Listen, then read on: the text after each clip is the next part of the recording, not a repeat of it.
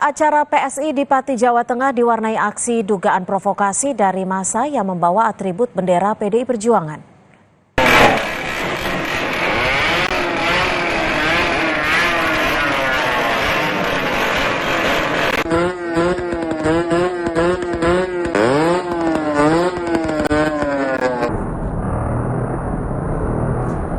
Dengan menggeber sepeda motor, massa berbendera PDI Perjuangan berkumpul di jalan depan lokasi acara PSI yang dihadiri Ketua Umumnya Kaesang Pangarep.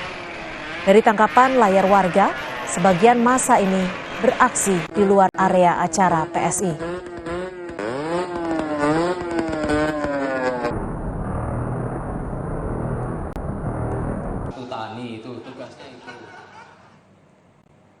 Bawaslu Kabupaten Pati, Jawa Tengah melakukan penelusuran atas aksi penggeberan motor oleh massa berbendera PDI Perjuangan di acara konsolidasi Partai Solidaritas Indonesia yang dihadiri Ketua Umumnya Kaesang Pangarep.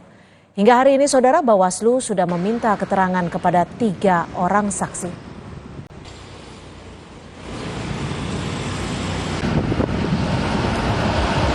Kami selama 3 hari ini melakukan penelusuran dengan mencari fakta-fakta hukum. Ya. Yang pertama, kami sudah meminta informasi atau keterangan dari pengelola rumah makan Sabto Ronggo juga. Kemudian kami juga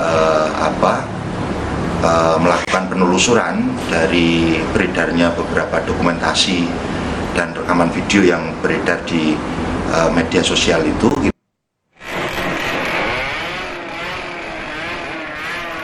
Ketua Umum PSI meminta para relawan tak perlu takut dengan aksi provokasi saat acara PSI di Pati, Jawa Tengah berlangsung.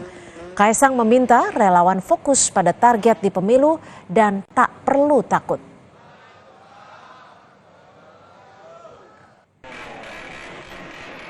Ya sebenarnya nggak masalah, tapi kan ya secara etika kita sudah bilang kalau ini ada acara pertemuan silaturahmi antara PSI dengan 17 organ relawan Pak Jokowi.